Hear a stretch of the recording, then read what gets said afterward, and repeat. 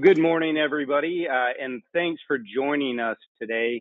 My name is Jim Codney. I'm National Sales Director here at Western Marketing, and we're very excited for this presentation. This is maybe one of our most powerful, most valuable presentations that you'll have a chance to experience with us this year.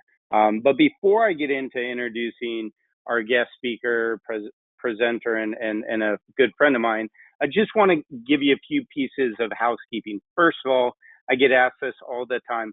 This webinar is being recorded. So if you're here, you'll get a recording of it. If you have to leave early, you'll still get a recording of it sent an email.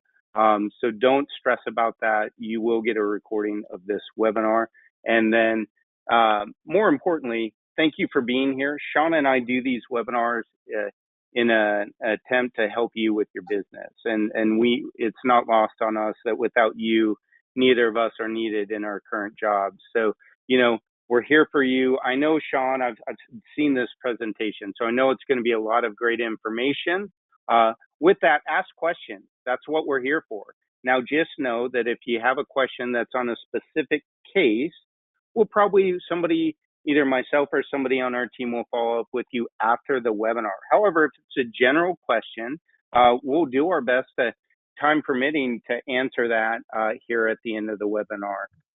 So again, we're here for you. We really appreciate it. We know you aren't out putting food on the table, paying your bills while you're listening to Sean and I. So we're going to give you a lot of information, a lot of really good, important information, but try not to waste any extra time that we don't need to. So last thing, if you need us, our direct line here at Western Marketing is 800-852-7152. I'm going to give that again at the end of the presentation, but that's our number here at the office. So if you need us, call us. And without further ado, it's my great pleasure to introduce our presenter today, who's not only, a good business partner, he's become a mentor and a good friend of mine. Sean Ruggiero, Chief Distribution Officer of Brokers International. Sean, welcome. Thanks, Jim. Hope you're well. Hope the wife's well, the kids. My wife and I still laugh about your daughter's American Sign Language, or you write story, how Yeah. she was able to use that at the pool. So yeah. And sorry, y'all, that has nothing to do with this, and that's an inside joke. But my wife and I, we were just talking about it yesterday or 2 days ago at dinner with a couple there. So thanks for having me on, Jim. Always appreciate it. And this is I've been doing this for 23 years. I have sold for 20. I mean, they actually told me to stop selling. Like, as in my current role, it's some sort of liability, right? So I've been in the trenches. I understand what you go through. I've said that many times if you've heard me present. I think this is the best presentation I've ever created. So that's saying a lot. I have successfully built a team. We're the largest independent agency in the country. Family First Life, sold it to Integrity, sold my RIA, sold my software company. Family First Life is doing over $1 billion a year, and we're still the #1 life insurance producer of all Integrity groups. So we're very proud of that. I now serve a role, as a shared service organization at Brokers International to help oversee annuity production and life production in many instances for essentially all Integrity groups. Western Marketing being one of my favorite, and you all having some really good years of annuity growth. Now, Jim, you and I both know that annuity growth we experienced had to do with your hard work, had to do with agents digging in, learning, getting better training, having access to better products, but also rates were really good, right? I mean, let's call it what it is. Rates get cut, we're seeing annuity production go down. LIMRA has reported, Wink has reported that year to year annuity productions go down. And when rates finally do get cut again, that will also affect it. Right? So what you want to learn is you want to learn how to sell. I mean, Jim, I was selling annuities, millions of dollars annuities every year when the overnight federal fund rate was at 0. Do you see what I'm saying? Like when your cap on an S&P 500, you remember that, Jim, was like 2.5% or 3%. Yeah. You better learn how to sell annuities for other reasons than just what the current participation rate or cap or bonus is. And that's really important. So we've talked about that, and we're going to have a presentation here, one more to wrap it up, I think, next week. But also, if annuities are down, right, kind of like stocks are up, bonds go down, bonds are up, stocks go down. It kind of works that way. There's that negative correlation, which is important for proper financial structure. If you're an investor or if you're managing money, you need to know how to sell life insurance. Okay, now, Jim, correct me if I'm wrong, but the majority of clients that these agents that we're going to see, again, the lifeblood of what we do, when they work with Western, the majority of them are going to be near retirement or in retirement. Is that correct? Because they're selling a lot of Medicare policies. Yeah, in general, there's some people as I look through who's on that do focus a little more on life, Sean, but in general, our agents primarily focus on health and then also write life and annuities as a diversification, as a holistic approach. Yeah.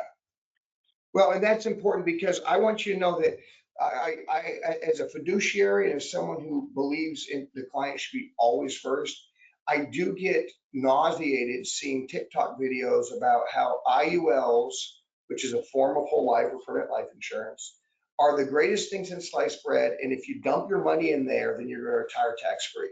Like, okay, here's the deal. If you're selling to a 65-year-old that they can just start funding an index universal life and retire tax free, that's not true. You can't defy math and physics, right? Their cost of insurance is going to be higher. Their runway is going to be shorter because they're already 65. And yes, they can build up some tax-free cash to access. The death benefit is tax-free, but they're not a 30-year-old or even a 40-year-old who has that long runway and lower cost of insurance that can build up an IUL for that. So don't sell IULs as a retirement miracle. You know, I think of Patrick Kelly's book. It's I'm sorry to say it, but it's wrought with misinformation and bad analogies. It's anecdotally incorrect. And I say that as a securities agent. I say that as a fiduciary. What you need to know is I'm going to give you 8 reasons why everyone needs permanent life insurance. I own it, right? My clients own it.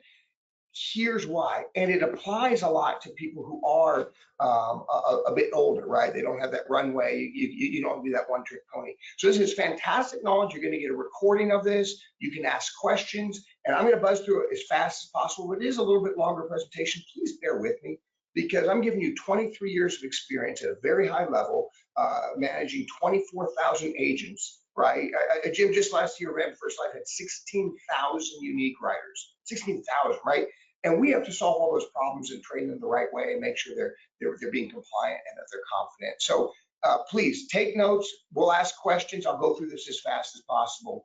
A little bit about myself. I already told you, and if you've been on these before, I'm not going to spend any time, but I have a CHFC, a CEP, an RACP, a WMCP, and an SSA.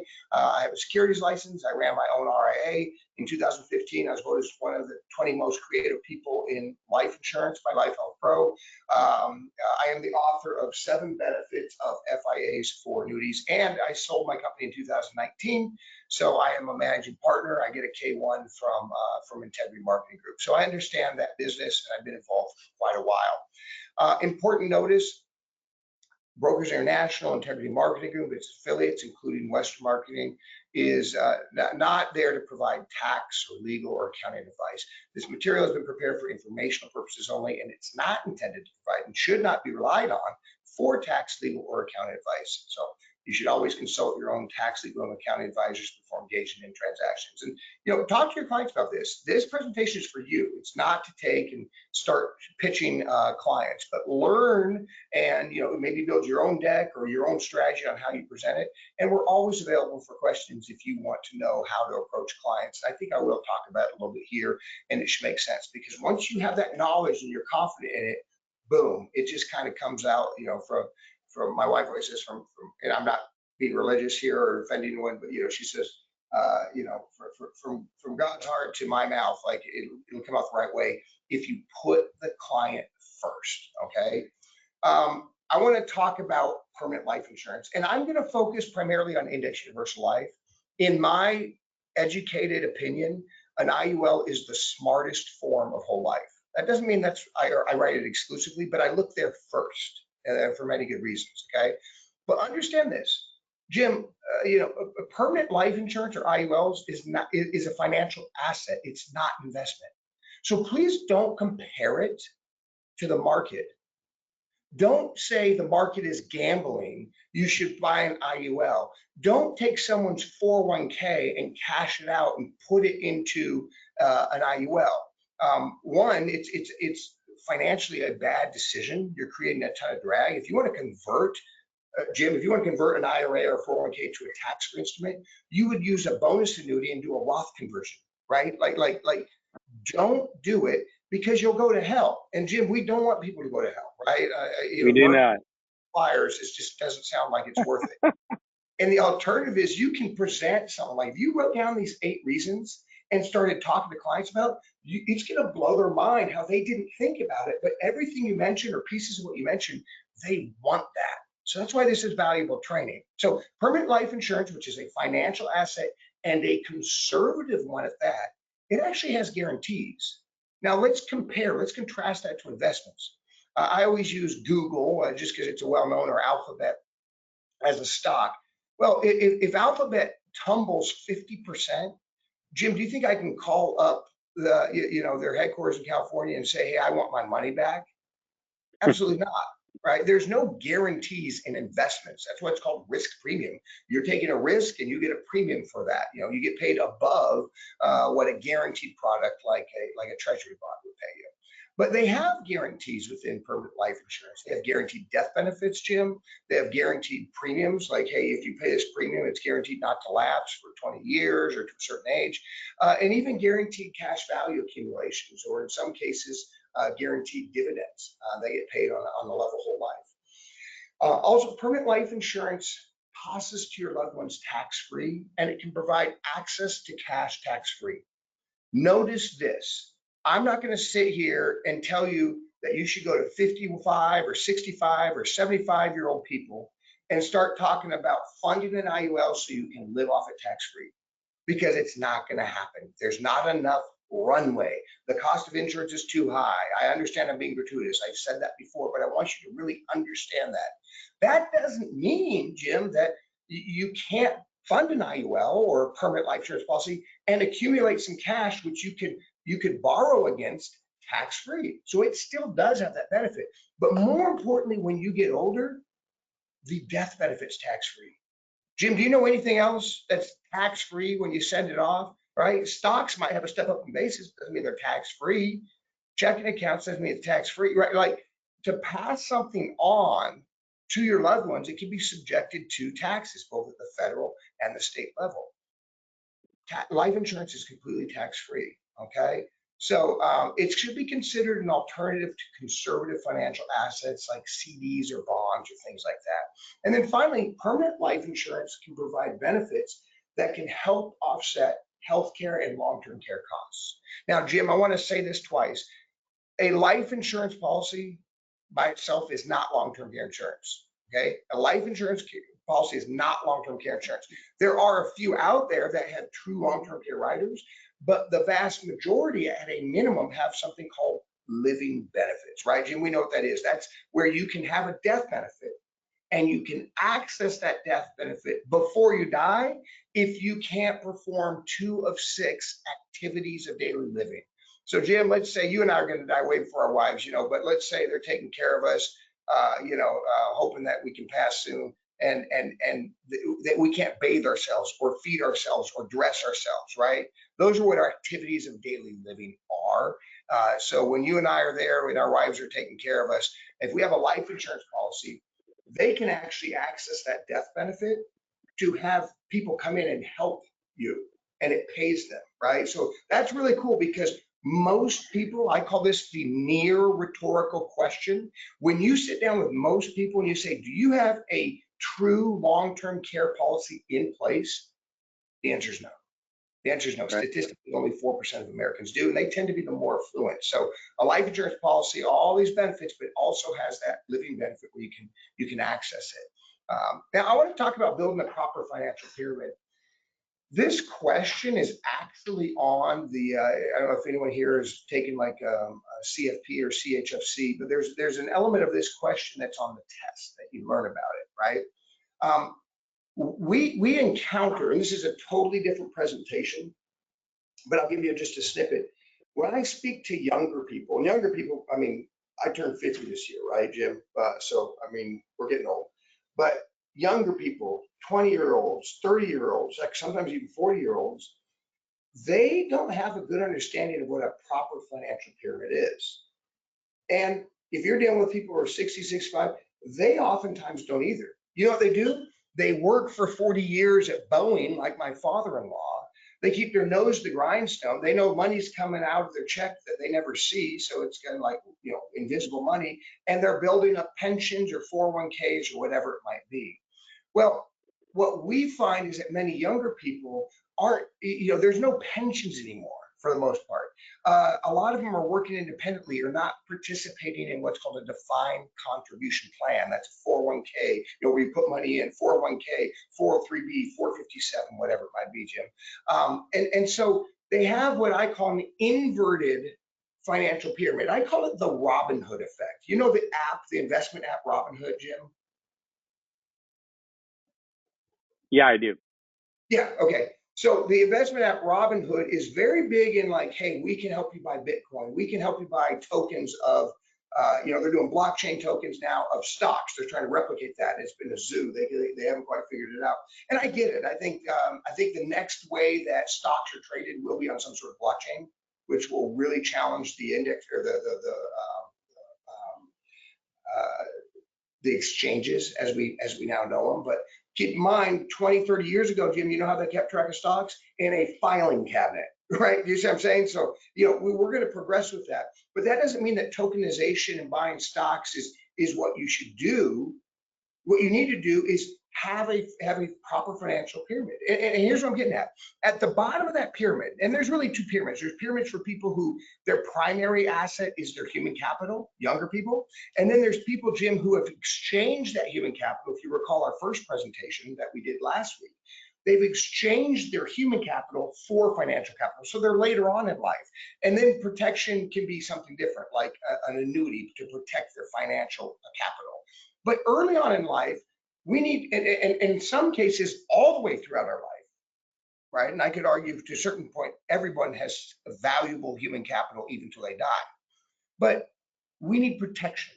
The base of the pyramid is protection. Now it's thin. This probably isn't drawn to scale, but I like this graphic. It's why I used it. It would be a life insurance policy. Jim, what happens to your two kids and your wife if you die, right? Yeah. You know, you have human capital that's worth something. You need millions of dollars to pass on to them tax-free. And that is the base of your financial pyramid. Now, what's the next thing? Savings, right? Jim, let's say you transition, you're laid off, or you can't work, you're hurt. You need 6 months, maybe 3 months. Some cases, people want a year of savings. You need savings, right? Pay off your debt, have savings. I know that's not sexy. I know that's not fun. The Robin Hood generation comes to me, and I'll give you a quick example. I had a young man. He was 31 years old. He has 2 boys. I like the guy. He's a good dude. He came to me. He says, "Hey, what do you think about GameStop?" I said, "I've never been there." I said, "No, that's not right. I've been there once and bought a game for my kid," right? He goes, "No, no, no. What do you think about investing in GameStop?" I said, "I don't buy single stocks anymore." He said, "All right, you know, should I put my money in it?" I said, "How much?" He said, $3,000. I said, "Let me ask you this. Do you have any life insurance in place?" He's 31, 32 years old, 31, and he has 2 boys, right? His answer was no. Okay. Well, do you have any savings, right? He goes, yeah, I do. And by the way, he was asking to invest about $3,000 in GameStop. So when I asked him what his savings was, he said $3,000. Right? Okay, so all right, so all your savings would go to buy GameStop, one single stock. And then I said, do you have anything that is a growth account for you? And Jim, when we get to growth, we're talking about 401ks, 403bs, or maybe you're just funding your own Roth IRA independently, right? You can do that. You don't have to be a part of a company, but it's that one that you're taking advantage of dollar cost averaging and you're putting money into it every single month and you're growing. You're putting it in for 40 years, right? It's the retirement type stuff. So then growth is the next thing after savings.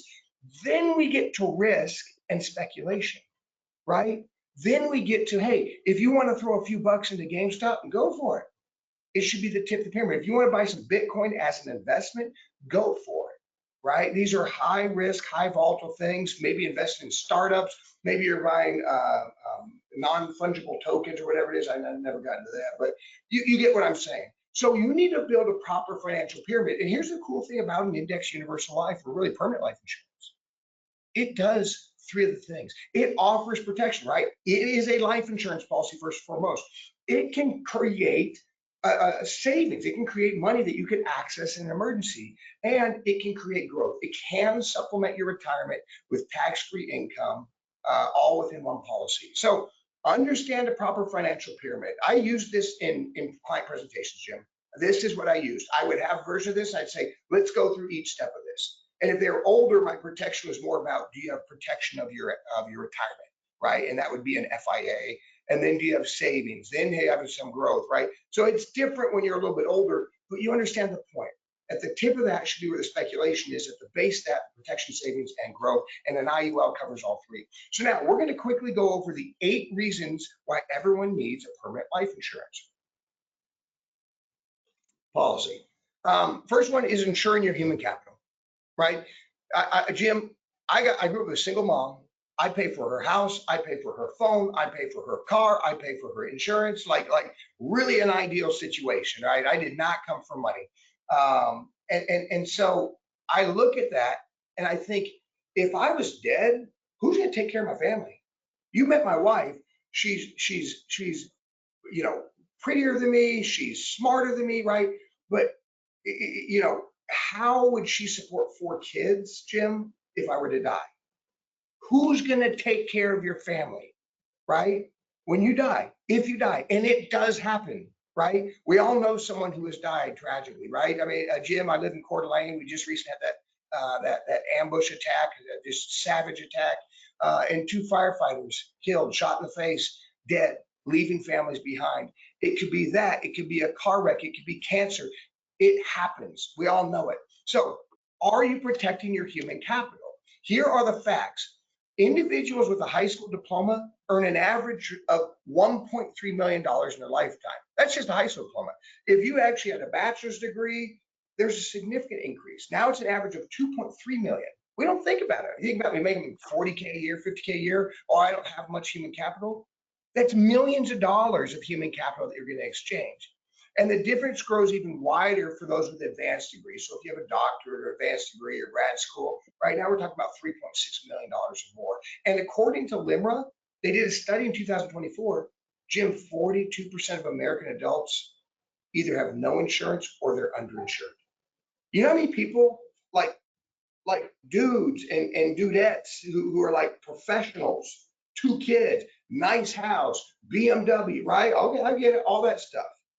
And I asked them if they have a life insurance policy, and they got like a $300,000 accident only policy. There it is. That's not enough protection, right? Look at the stats. You're going to make millions of dollars, and you're going to leave your family $300,000 only if you die in an accident, right? Get serious about that, and ask your clients to know that if they all say that they have insurance or enough insurance, 42% of them are lying. So Americans are underinsured. We can use an IUL because it is an insurance product. It has a tax-free death benefit, and that's reason number 1. Reason number 2, cover your final expenses, right? Not every final expense needs to be a final expense policy. And do yourself a favor, never tell a client, Jim, I've told you this before, we've laughed about it, never tell a client that you have a final expense policy for. We call it level whole life. Susan, what I recommend for you is a level whole life policy. Jim, what I recommend for you is a level whole life policy. So this comes from years of experience. Don't call it final expense. But a funeral home alone can cost more than $8,000, and Social Security will only cover $300 or less $300. Is it fair to ask your loved ones to cover the rest? I'm going to ask you a question. Okay, no one has to. You can type it in the box, have fun. Let's see what you say. But what percentage of Americans? And I tried not to make this too tricky, but how many Americans are dying with debt, right? What percentage? 36, 45, 68, 73, take a guess, right? It's 73%. So again, if they say, I don't need a final expense policy, meaning I don't need a level whole life policy. I got it covered. I got this, I got that. 73% of them are lying because they don't even have enough money to cover their debt. They're going to die with debt. How are they going to pay for that funeral home? How are they going to pay for end of life? How are they going to pay if their daughter has to come in or their son has to come in and take time off work? Right, Jim? These are all realistic things. You need to be able to have some money to take care of that, right? So 73% of them would be lying if they said that. And here's what I'm getting at. I remember sitting down, I've told you this story before, Jim, but I'm going to reiterate it. And if you all heard it, please bear with me. I was sitting down in a place called Rathdrum, Idaho, in Kootenai County, north of Coeur d'Alene. And this gentleman, we got along fine, but he didn't want to buy the insurance. And so I presented my life insurance pitch.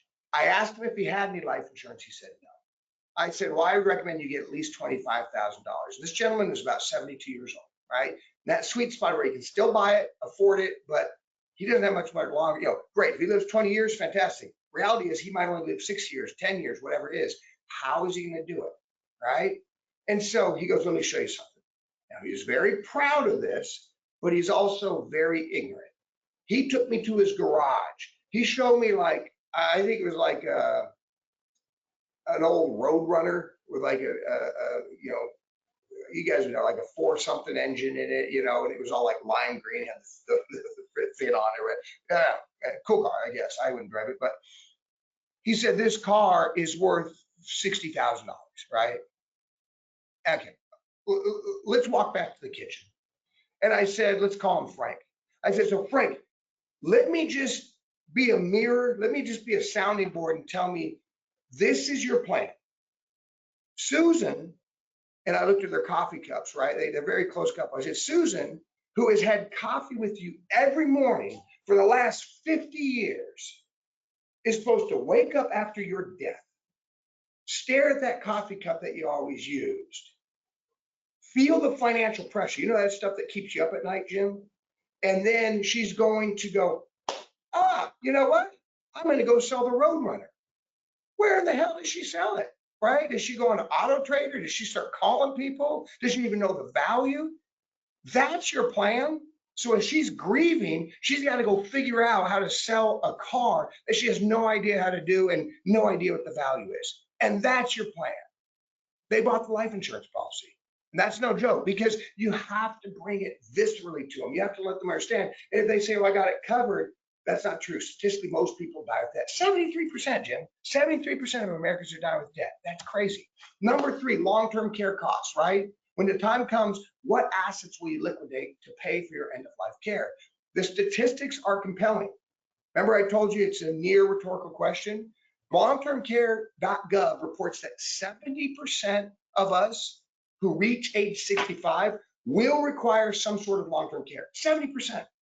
Now, women are tougher and smarter, so they live 3.7 years needing long-term care. The citation is right here on the website. So when you get a copy of this, take a look at it. Men, 2.2 years. And 20% of those, Jim, will need it for more than 5 years. Where in the heck is that money coming from? Well, you could buy a long-term care insurance policy. But statistically, Jim, do you know what percentage own a long-term care policy? 5%, and I round it up. It's actually 4-point-something percent. So 95% of the people you sit with, and if you sit with more middle Americans, it's probably even a lower number, because it's usually the affluent who have purchased long-term care policies because they can afford them. And has anyone here had a client at 65 go try to get a long-term care policy? Well, you better dedicate all your Social Security payments or all your pension to your premium and hope you get approved, because it's ridiculously expensive if you wait that long, right? So your clients don't have long-term care insurance, right? I talked to you before about this. The living benefits can act like long-term care insurance. They can be an alternative that's better than having nothing, because if you are sick, if you are injured, or if you're sick, if you are not able to take care of yourself or perform 2 of 6 activities of daily living, then you can access the death benefit. How cool is that? Well, what about those people who are self-insured? Jim, this goes back to a presentation I did when I was running business in Southern Idaho. Okay, I met a man who was very proud, very proud. He was a first-generation immigrant who I just have tremendous respect for, people who can come over, learn a language, work their butt off. and find real success. I love that. I love that story. So it's very awesome to be in this guy's presence and to see what he had done, right? Came from nothing. And he said, I don't need the life insurance policy because I'm self-insured. I said, well, what about long-term care? What are you going to do? Jim, I muted that and it's still showing up. That's a discussion we had before this. And so what are you going to do? You're self-insured. What are you going to do if you need long-term care? What are you going to do if you need to have in-house care, right? Tell me, let's go through the assets. Which of these are you going to liquidate? So Jim, we went through each one of them. First, he had Amazon stock. He bought it when it was way, like in 2000, right? And it had risen something, there's been 3 splits since then. It's risen something like 6,000%. And he was going to give it to his loved ones because you understand the IRS rule that there's called a step up basis? So when you die, if you pass on your stock to your loved ones, to your immediate descendants, like your children, they get their new cost basis isn't when you bought it in 2000 and where they'd have to pay a massive tax burden because they have to pay the difference of what it grew. The step up in basis when you die, their new cost basis is what the price is at when you die. So very intelligent. His advisor wisely said, hey, if you want to pass up on your kids, this would be a great thing to pass on. I said, okay, great. How about the Stingray Corvette? And he's like, whoa, whoa, whoa, no way. Not the Stingray Corvette. That's my daughter's. Jim, I got 3 boys, 1 girl. You've got 1 girl. If she wants something, she's gonna get it. I mean, I just gotta admit. So like, I was like, man, I get that, right? Not the Stingray. If my daughter wants it, that's her. Okay, they had a second home, a condo in Miami. Really cool condo, kind of luxury condo, right? And I said, how about the condo? I mean, get rid of that. No. See, when I die, my wife is probably going to want to downsize or live there full time because of the weather and everything. So, okay, great. He had a big old boat, like a yacht. You know what I mean? I don't know if it was officially a yacht, but it was a nice boat. Again, I was proud of this guy. This was awesome what he did. Are you going to sell the boat? I can't. The boys love the boat. This is like our thing. We go down to Miami and we play in the boat. I can't take that away from them. It's paid off. I don't want to do that. All right. Well, if you're downsizing, your wife moves, what about your house? Well, no, I can't sell my house because I'd still be living in it. We don't know. We're not sure. And then I can't make this up. I said, how about your emergency cash? He had literally something like $200,000 of emergency cash, right? And I said, how about the emergency cash? He said, well, to be honest, Sean, like, no, because I said, wait, no, why wouldn't you do the emergency cash? He goes, because then I wouldn't have any emergency cash. See, here's the problem. We are emotionally tied to every one of our assets. We are emotionally tied to them. Think about it. Think about the stuff that you've worked for. Think about the stuff that you've saved up. You're emotionally tied to it. You know what we're not emotionally tied to, Jim? Life insurance. It's the one thing. We have no bond. It's a virtual thing, right? There's no tangible life insurance. It's a piece of paper. It's a contract. It is an agreement. That's all. You're not emotionally tied. Well, did you understand? I explained to him, if you put life insurance up, and I used a really strange analogy, but it makes sense to him. I said, you ever seen Star Trek, right? And I'm more of a Star Wars guy, but I watched some Star Trek, and they put up the shields, and they're taking these lasers right in space, and they talk about the shields are at 40%, 50%, whatever it is. Well, what the hell is that? That's what life insurance is. It's a shield. And so you can access the life insurance and protect your other assets. And let's say he doesn't need long-term care insurance. You know what he just did? He just created a tax buffer because now he passes on that death benefit tax-free. So all these things that count towards his estate, which he will be taxed on in 19 of the 50 states, and in every state, if you look at the federal tax, which is again high, the exemptions are real high, but this guy's a lot of money. He can use the life insurance. So number 4, I'll pick up speed here a little bit, Jim. Protect your estate and cover your taxes. So just what I was explaining for. So you created a wealth over a lifetime of hard work. Do you really want to give it away for taxes? A lot of people are not prepared for this, right? My wife and I recently set up our first official ILIT. This is irrevocable life insurance trust. And then we set up a charitable trust too. And these things all come separately outside of our estate. So they don't count as our estate when we die. But I want to point something out here. This is the historical estate tax exemptions and rates. Now you might be saying, wait, what in the heck is Sean talking about? I believe in you all. I think people think agents just aren't smart enough, life insurance agents. You all can get it. I want you to understand this because this is the type of thing that if you explained it to a client properly, it would open their eyes. So Jim, here's what I'm trying to explain. In 1997, I was in college, all right? And a state tax exemption federally was 600,000. What that meant, Jim, is that let's say you die, Jim, okay? Well, you and your wife both die, right? Because the first exemption passes to your second, and then you add those together. But anything over $600,000, and keep in mind that includes life insurance, that includes your house, that includes your bank account, your IRA, it includes everything. You know how easy it is to get over $600,000? Well, guess what? Did you realize that the top tax rate beyond $600,000 is 55%? People don't realize this because there's a lot of people who just don't have wealth. They don't talk about it. But could you imagine if you had over 600, let's say you had $1 million and that $400,000 was exposed to up to 55%, that's some bad planning because you just gave half of it to the federal government. What I'm trying to point out is that look at the dot-com boom, 2001, 2002, the exemption still only rose to $1 million. And look how high the tax rate is. How about more recent years, 2010, 2014, 2017? It was 5 million with a CPI adjustment. And anything beyond was taxed somewhere in 35 to 40%. Again, that's very easy to die and have more than $5 million of net worth. Right? I mean, that can actually happen with your clients. Now, when Donald Trump came into office, he raised the exemption up. It's huge. Right now, Jim, I think it's at 14 or 15 million per person. So now it's really starting to get big. But how are we going to take on debt? Do you think, right, when President Trump leaves, do you think at some point that there's going to be an office in the White House that says, you know what? We got to start lowering that. That's ridiculous. We need more estate tax to cover all the expenses that are out of control. I'm not blaming that on any political party. I'm just saying we are at a point where we have, the last time we paid off our national debt was when Andrew Jackson was the president. Okay, so just to put it into perspective. So you can't let that debt run away from you too much. Our interest-only payments, which is why Donald Trump wants to lower the interest rate, because that lowers our payment, right? We have to pay back all of our American debt based on the overnight federal fund rate, right? Basically, what's the 10-year treasury rate? So we lower that, it lowers the debt. But as it stands currently, did you know it's our third highest expense, right? Only Social Security and Medicare. It's higher than our military budget.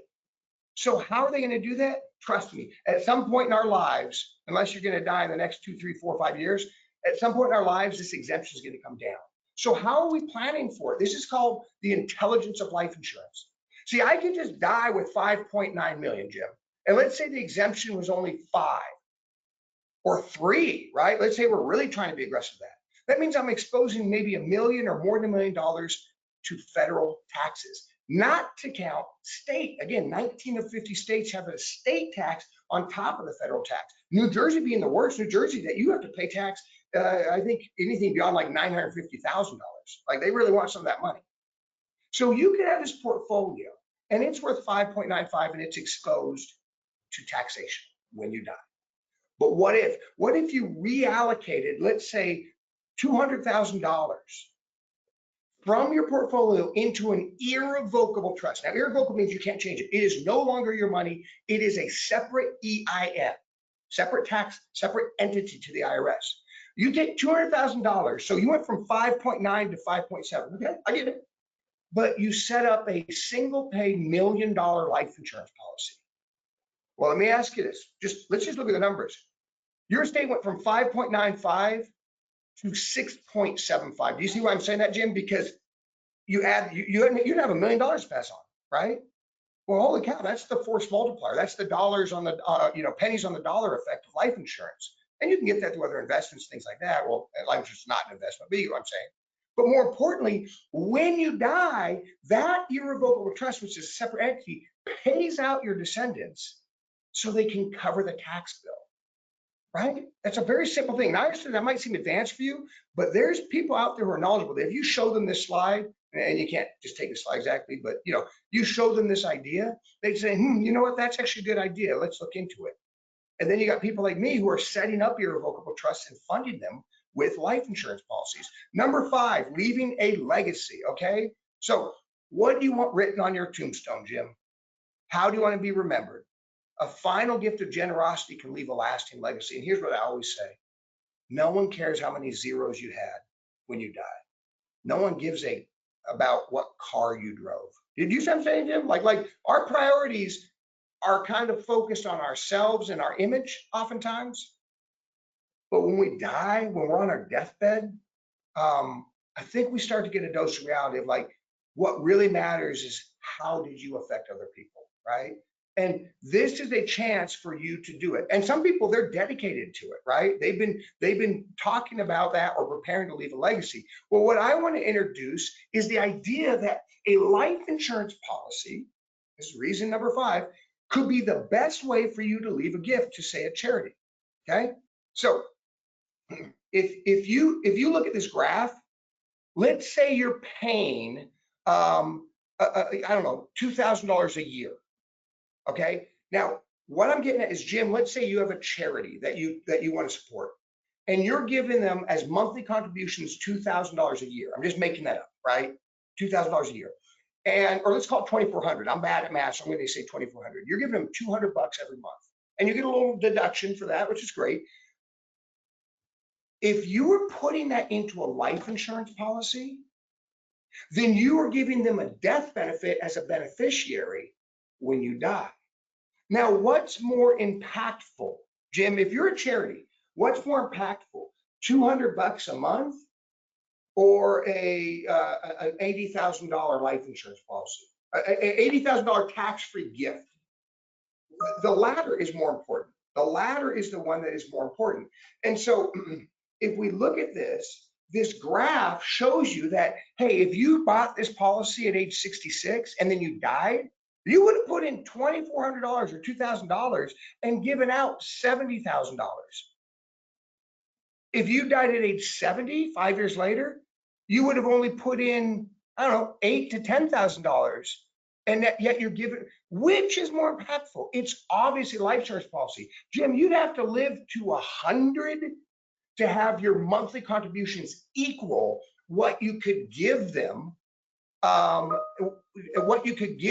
in a death benefit from a life insurance policy. But here's 2 other reasons, which I'd argue are even more important. Okay, I so apologize. I'm trying desperately to turn off these notifications, which I've just done, but now hopefully they'll stop. So there's 2 other reasons. Jim, what if you need the money later, right? You're planning at age 65 to give to this charity and you're start putting money in.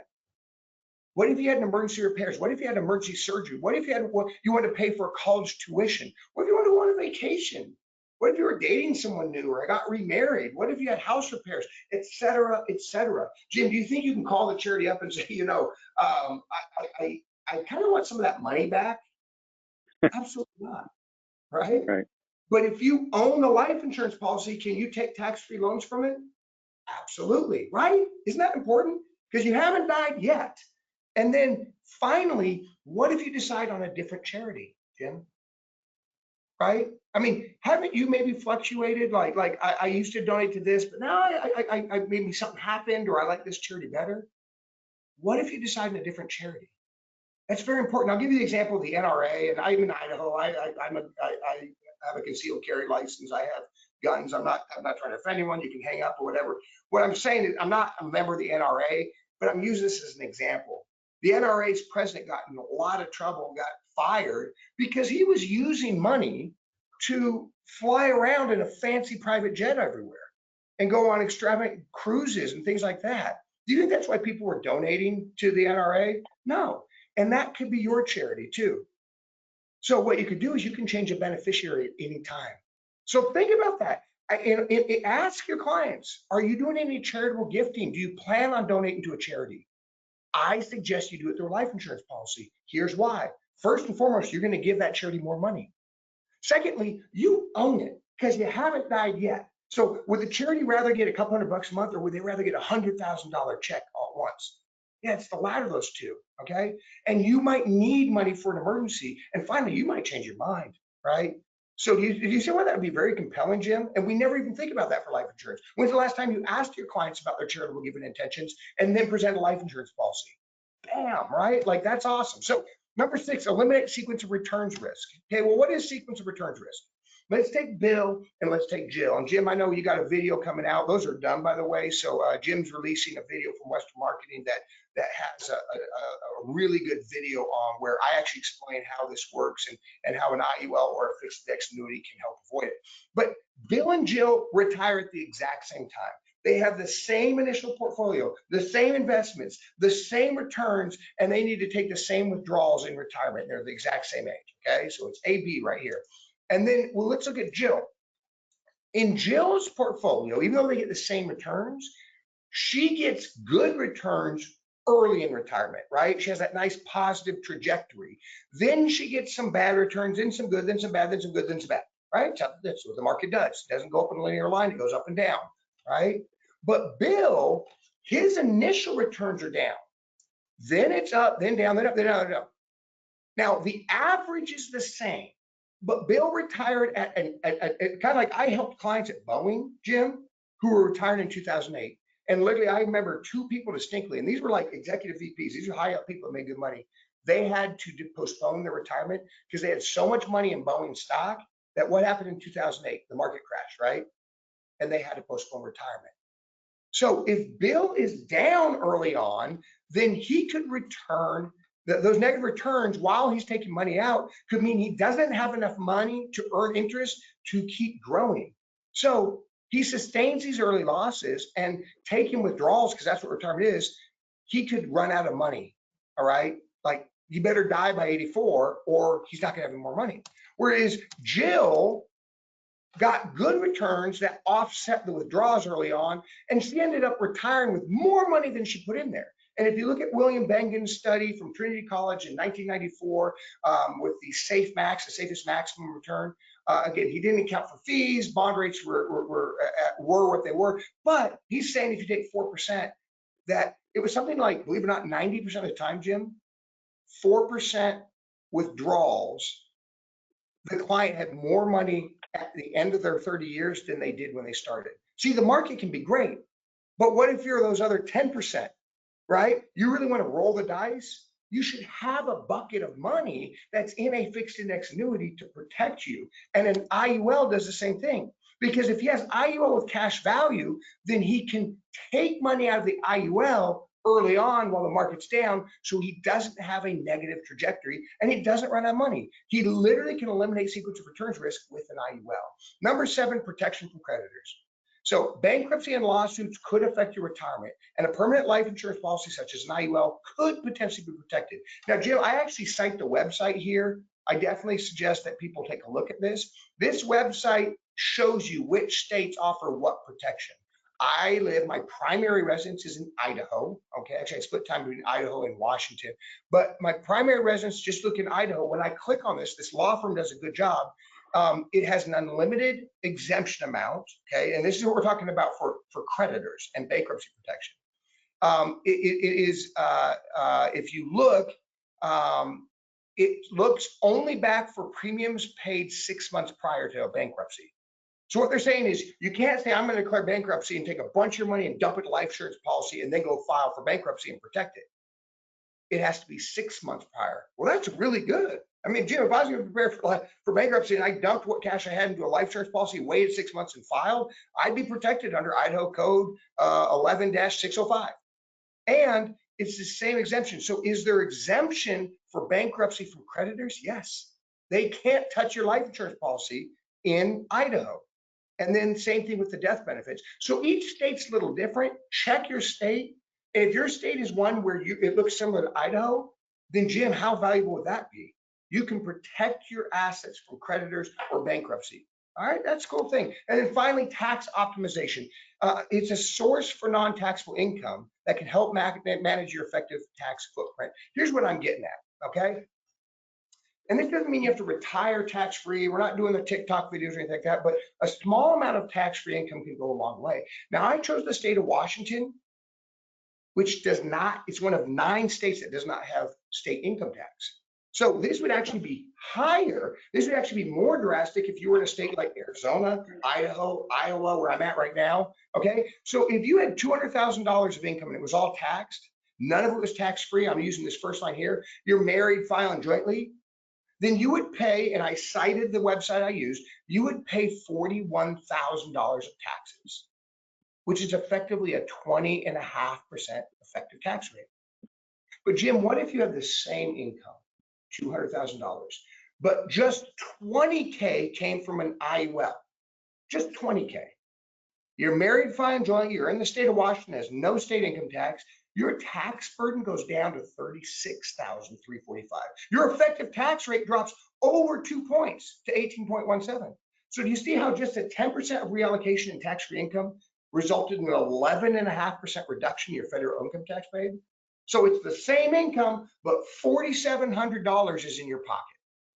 That's powerful, right? And you don't have to be a financial advisor. These are things that if you learn and you present, you say, hey, have you ever looked at using an IUL to reduce the amount of taxes? See, I'm not saying retire tax-free. I'm not saying take your 401k and cash it out. But if you start funding, and Jim, there's some good ones. There's some single pay, there's some 10 pay, some that can aggressively, like in my ILIT, I did a 10 pay in my first year premium. Already 90% of that cash I use for the premium is available as tax-free cash. Like there's some really good policy out there. So present this to people and they'll get it. Jim, I ate up a lot of time. This is my longest presentation, but I hope you see why it's valuable. So I'm going to open up 4 questions. Remember, make a difference selling life insurance. You got to believe in these products. And do you see how when you go through this, I get excited because I believe in this stuff. And these things are accomplished through life insurance. It's true value. It's not smoke and mirrors. It's not based on fear or conspiracy or you better do it because the taxes are going to go through 70%, so cash out your 401k. None of that stuff. This is legitimate, real stuff that you're acting as a custodian and a fiduciary for your client. And they are reasons why you should be excited about selling life insurance and you should educate your clients. And this will increase your life insurance sales. So Jim, I'm going to stop sharing my screen so we don't have to see any more of those notifications. And we'll open up for questions. Awesome. First of all, thank you, Sean. As Sean said, right now, we've got a question or two in the question box. But right now, folks, is if you have questions on permanent life insurance, IUL specifically, concepts that Sean talked about, now's when to type them in the question box if you haven't done so already.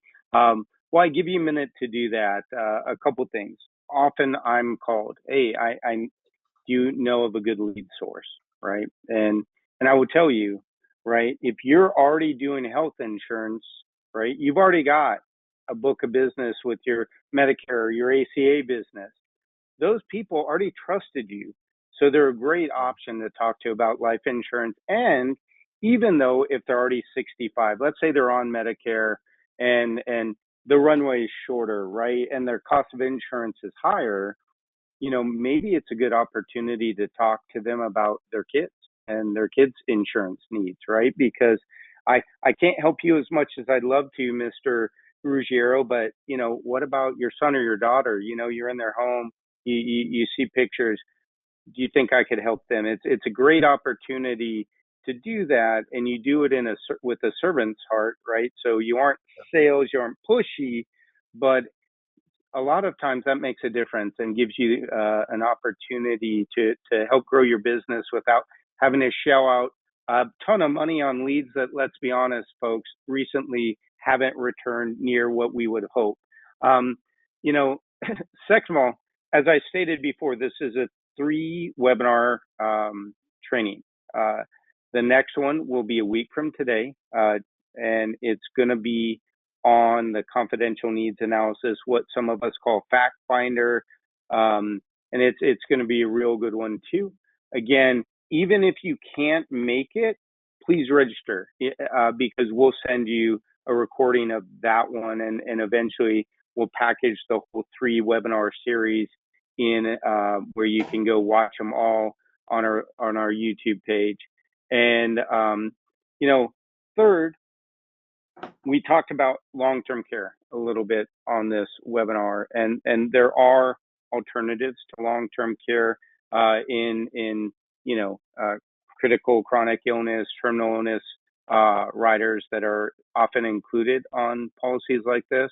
But just so everybody knows, there are also, whether you want to call it hybrid or asset-based long-term care products available that you have access to through us here at Western Marketing. And our partners at Sean's company have built a turnkey program on long-term care, on asset-based or hybrid long-term care that we're going to launch to you next month in a webinar. We're going to show you everything on it. We're going to do some training on it. And I will tell you folks, I've been in the industry 26 years, and it's the most comprehensive turnkey program, and it costs you zero. It costs you just your time, just like you did today. And it includes client-facing pieces and a client-facing presentation. Where else do you get that for free? And so that'll come out soon. And I want to talk a little bit really quick, and I know we're running low on time, but long-term care is really personal to a bunch of us. I literally sat down with my best friend the night before last, and a month ago his mom had a stroke. And Shirley doesn't have a ton of money. She lives in a manufactured home here in Arizona. And I asked about it, and she went to the ER, then the ICU, and now she's in a treatment facility near the hospital. And I asked him what his plan is, and he said, "Well, we're hoping to secure a place that she can live in that has healthcare professionals, kind of like a renovated house, but now instead of family, they have a family that owns it, but they have people that need long-term care that live in the rooms." And he said it's about $3,000 a month. She's got about 18 months, and then she's going to have to go on Medicaid. And folks, that's so painful for me to hear. And this is my best friend, by the way, who lives in a nice neighborhood. Him and his wife have a decent amount of savings. They're very smart financially. And his plan is that in 18 months, his mom's going to be on Medicaid. And that really hurt my heart. And so your friends, your families, your clients, I don't want that to be their plan for Medicare. So let's get in front of this, what is being an epidemic, right? It's just like with regular life insurance, GoFundMe should not be a plan, right? Same concept here. Let's get in front of it. So we did have a couple of questions. One fun one, Sean. Somebody asked where your shirt and tie is, because usually if you guys where your shirt and where your coat and tie is, usually folks, Sean is the best dressed guy in the business, and so obviously this person has seen Sean present in person where he dresses up, and obviously I thought that was fun. So wanted to ask. You look great in your polo, by the way. But at your national conventions, I've always worn a suit and tie. So yes. Yeah. So another question, Sean, was, and this is a great one because you're gonna get this if you really embrace this concept of selling permanent life insurance or IULs. He asked, in his experience when clients go see their tax advisor, right? We said we don't give tax advice. Go see your CPA or tax professional. And he said what he gets is kickback that the tax person tells him, don't buy permanent or don't buy an IUL. Let's get you a term policy. How would you answer that? How would you educate our agents on a good way to respond to that pushback from a tax professional on just don't buy whole life, buy term? Excellent question, and I'm curious who that tax advisor is, because a lot of them are actually very aware and understand the benefits, just like I spelled out. But I do believe that younger people should look into term life insurance. I do believe that they can fund an IUL, but let me use this as an example, and I haven't lost sight of the question. Most people come to me and they've heard something about IULs and they're excited. I say, all right, great. How much death benefit do we need? Let's calculate that. Do you have $1 million? Do you have $2 million? Do you have $3 million? How much savings do you have? I go through that, right? And then I say, how much growth do you have? are you funding a Roth IRA, right? And they're like, no, I'm not. Okay. I'll say, well, what's your budget? Let's say it's 200 bucks. Let's say it's 400 bucks. Let's say it's 1,000 bucks. I will normally split that, Jim. Half goes into a Roth IRA or whatever the maximum is per year, $7,000, and half goes into an IUL. And then I will also look at a term policy to make sure the death benefit's high enough, because what we want to do with that IUL, if we're going to fund it at a younger person, is we want the death benefit at the minimum according to the death limitations, right? The law passed in 1986, and the maximum going into cash. So Jim, it's not enough death benefit. You can have a policy that you're putting $1,000 a month in, but the death benefit's only $253,000. Not enough. So I'm a big advocate of term policies. Huge. Here's the problem, Jim. I'm 65. I want to go get a term policy. What's the longest time? What's the longest term? 10 years, right? Yeah. Maybe 15, maybe, right? Term is not designed to pay people death benefits at the end of their life. That's why it's so inexpensive. You're 75, you'd be lucky to get a term policy that even lasts 5 years. Well, is your plan to die early? No, I hope not, right? So you're saying, hey, buy a term policy. If they're over 50, if they're over 60 years old, the term policies aren't for sale. And that's the best way I can say it. So now any benefit from a death benefit, tax-free, and terms don't accumulate cash, so you can't do any cash tax-free, but they do have living benefits. Let me ask you this. If you have a term policy with living benefits and a whole life policy with living benefits, a permanent policy, the term policy stops at 75. This one stops at when you die. Are you more likely to need those living benefits prior to age 75 or after age 75, Jim? 100%. Yep. Right. I agree with you. So we're not tax advisors, but they're oftentimes not retirement planners. Okay, does it make sense? So those are just a couple reasons. The death benefit won't be there when you die. The living benefits, which we just extrapolated how valuable those are, aren't going to be there when you need them. You better go get sick and need your living benefits before 75. Well, that's a terrible thing to say. And statistically, most people don't need them before 75. They need them after 75. Yeah, and I would just add on top of that, right? Like coming from my background, I worked in insurance companies for 17 years. Typically, as Sean said, I will tell you, they are not built to pay out a death benefit, right? Because if they were, the premium would be a lot more. Sure, the company loses every once in a while. Somebody dies early, but they've got so many people that will never utilize the benefit that it's still a profitable proposition for them. Because remember, most insurance companies are for-profit companies. And you know, and then you've got, as people age, and a lot of you on the call work in the Medicare field, not only are they older and can't get very much term length, but also as they age, they often have health conditions, right?